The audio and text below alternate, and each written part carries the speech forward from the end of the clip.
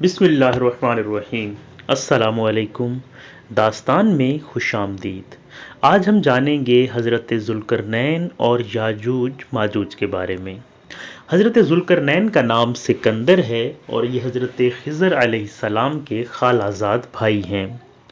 حضرت خضر علیہ السلام ان کے وزیر اور جنگلوں میں علمبردار رہے ہیں۔ یہ حضرت سام بن نوح علیہ السلام کی اولاد میں سے ہیں اور ایک بڑھیا کے اکلوتے فرزند ہیں۔ حضرت ابراہیم خلیل اللہ علیہ السلام کے دست حق پرست پر اسلام قبول کر کے مدتوں ان کی صحبت میں رہے اور حضرت ابراہیم خلیل اللہ علیہ السلام نے ان کو کچھ وصیتیں بھی فرمائی تھیں۔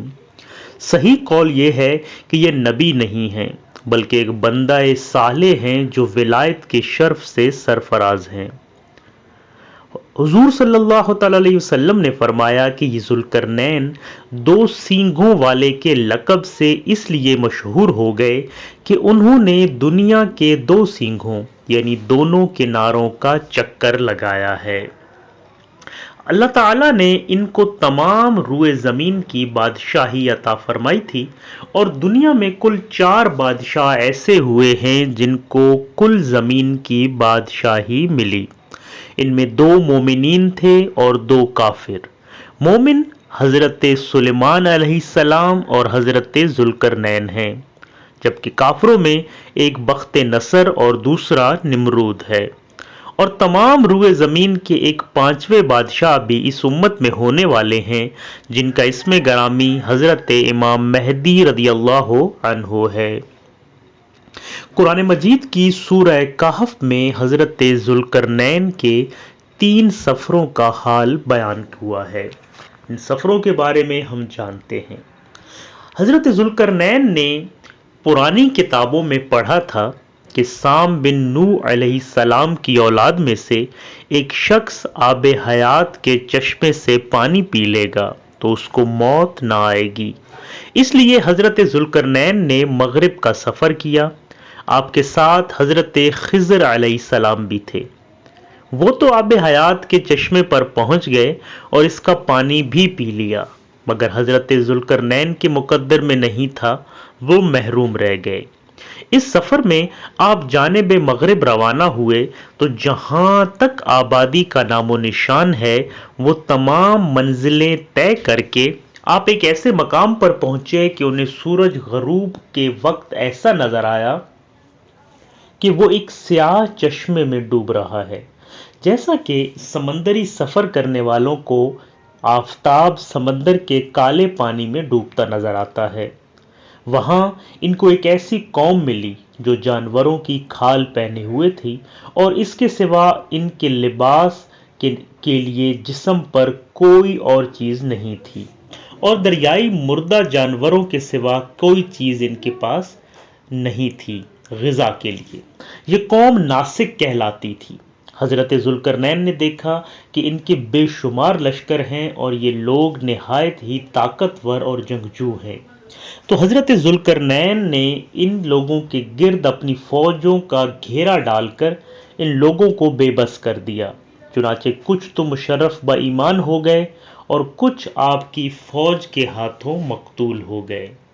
پھر آپ نے دوسرا سفر مشرق کا فرمایا، یہاں تک کہ جب سورج طلوع ہونے کی جگہ پہنچے تو یہ دیکھا کہ وہاں ایک ایسی قوم ہے جس کے پاس کوئی عمارت اور مکانات نہیں ہیں۔ ان لوگوں کا یہ حال تھا کہ سورج طلوع ہونے کے وقت یہ لوگ زمین کی غاروں میں چھپ جاتے اور جب سورج ڈوب جاتا تو یہ غاروں سے نکل کر اپنی روزی کی تلاش میں لگ جاتے تھے۔ یہ لوگ قوم منسک کہلاتے تھے۔ حضرت ذوالقرنین نے ان لوگوں کے مقابلے میں بھی لشکر آرائی کی اور جو ایمان لائے ان سے بہترین سلوک کیا اور جو اپنے کفر پر اڑے رہے ان کو تہ و تیغ کر دیا۔ پھر آپ نے تیسرا سفر شمال کی جانب فرمایا، یہاں تک کہ سدین یعنی 2 پہاڑوں کے درمیان میں پہنچے تو وہاں کی آبادی کی عجیب و غریب زبان تھی۔ ان لوگوں کے ساتھ اشاروں سے بمشکل بات کی جا سکتی تھی۔ ان لوگوں نے حضرت ذوالقرنین سے یاجوج ماجوج کے مظالم کی شکایت کی اور آپ کی مدد کے طالب ہوئے۔ یاجوج ماجوج یہ حضرت یافس بن نوح علیہ السلام کی اولاد میں سے ایک فسادی گروہ ہے۔ ان لوگوں کی تعداد بہت ہی زیادہ ہے۔ یہ لوگ بلا کے جنگجو، خونخوار، وحشی اور جنگلی ہیں اور جانوروں کی طرح رہتے ہیں۔ موسم بہار میں یہ لوگ اپنے غاروں سے نکل کر تمام کھیتیاں اور سبزیاں کھا جاتے تھے اور خشک چیزوں کو لاد کر لے جاتے تھے۔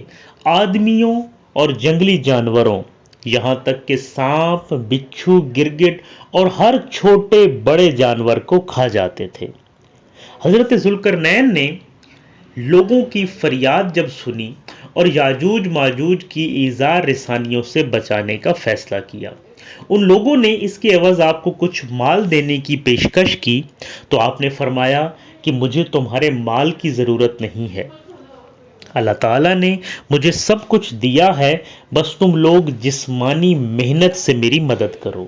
چنانچہ آپ نے دونوں پہاڑوں کے درمیان بنیاد کھدوائی۔ جب پانی نکل آیا تو اس پر پگھلائے تانبے کے گارے سے پتھر جمائے گئے اور لوہے کے تختے نیچے اوپر چن کر ان کے درمیان میں لکڑی اور کوئلہ بھروا دیا اور اس میں آگ لگوا دی۔ اس طرح یہ دیوار ایک بلند پہاڑ کی بلندی تک اونچی کر دی گئی اور دونوں پہاڑوں کے درمیان کوئی جگہ نہ چھوڑی گئی۔ پھر پگھلایا ہوا تانبا دیوار میں ڈال دیا گیا، جو سب مل کر نہایت ہی مضبوط اور مستحکم دیوار بن گئی۔ اس دیوار کو سد سکندری کہا جاتا ہے۔ قرآن مجید کی سورہ کہف کی آیت نمبر 88 سے لے کر 98 تک پہلے، دوسرے اور تیسرے سفر کا تذکرہ ہے۔ سد سکندری کب ٹوٹے گی؟ حدیث شریف میں ہے کہ یاجوج ماجوج روزانہ اس دیوار کو توڑتے ہیں اور دن بھر جب محنت کرتے کرتے اس کو توڑنے کے قریب ہو جاتے ہیں تو ان میں سے کوئی کہتا ہے کہ چلو باقی کل توڑ لیں گے۔ دوسرے دن جب وہ لوگ آتے ہیں تو اللہ کے حکم سے یہ دیوار پہلے سے زیادہ مضبوط ہو جاتی ہے۔ جب اس دیوار کے ٹوٹنے کا وقت قریب آئے گا تو ان لوگوں میں سے کوئی ایک شخص یہ کہے گا کہ انشاءاللہ کل اس دیوار کو توڑ ڈالیں گے۔ ان لوگوں کے انشاءاللہ کہنے کی برکت سے دوسرے دن یہ دیوار ٹوٹ جائے گی۔ یہ قیامت قریب ہونے کا وقت ہوگا۔ دیوار ٹوٹنے کے بعد یاجوج ماجوج نکل پڑیں گے اور زمین میں ہر طرف فتنہ فساد اور قتل و غارت گری کریں گے۔ یہ چشموں اور تالابوں کا پانی پی ڈالیں گے، جانوروں اور درختوں کو کھا ڈالیں گے، زمین پر ہر جگہ پھیل جائیں گے، مگر مکہ مکرمہ، مدینہ طیبہ اور بیت المقدس ان تینوں شہروں میں داخل نہ ہو سکیں گے۔